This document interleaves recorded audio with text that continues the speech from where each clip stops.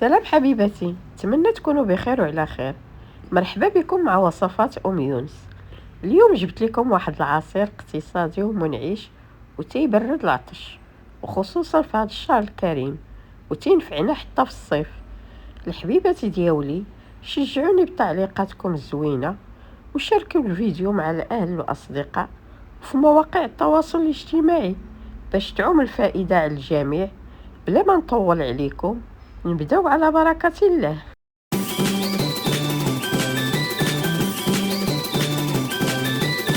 حبيباتي، بالنسبة للمكونات عندنا بنانة، عندنا 2 ليمونات، عندنا حامضة، عندنا بربة بعد ما نقيناها وخدينا منها النص القليل. دابا غادي ناخدو واحد الحامضة ونحكوها وناخدو منها القشور الفوقانيين بلا ما نوصلوا للبابة البيضاء على هذا الشكل كما تتشوفوا معنا حتى نكملوا الحامضة كلها. دابا غادي ناخذ الليمونه الاولى وغادي نحكوها بنفس الطريقه اللي حكينا بها الحامضه على هذا الشكل كما تشوفوا معنا، وما توصلوش للبلاصه البيضاء باش ما يجيكمش العصير مر.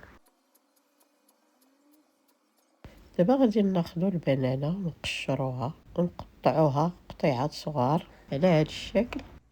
الغزالات ديالي، دابا غادي نقيو الليمونه ونقشروها مزيان كيف ما تشوفوا معنا في الصوره.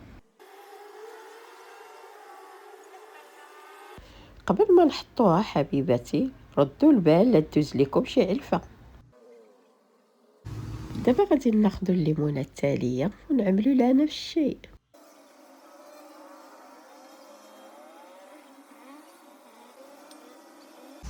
دابا غادي نشدوا واحد الحامضه وغنقيوها مزيان كيف ما تشوفوا معنا في الصوره. الغزالات ديالي، ردوا البال، الحامض راه تيكون فيه بزاف العلف كيف ما تشوفوا معنا حبيباتي. هاد الحامضه اللي تنقي لقيت فيها العلف بزاف رقيق، عذبني في التنقيه. بعد ما وجدنا المكونات، دابا نضعوها في الخلاط. دابا نضيفوا البربه نديروها مع المكونات. غادي نزيدوا على المكونات واحد نص لتر ديال الماء باش يجينا العصير خاطر ولذيذ. ودابا غادي نطحنوا العصير ديالنا.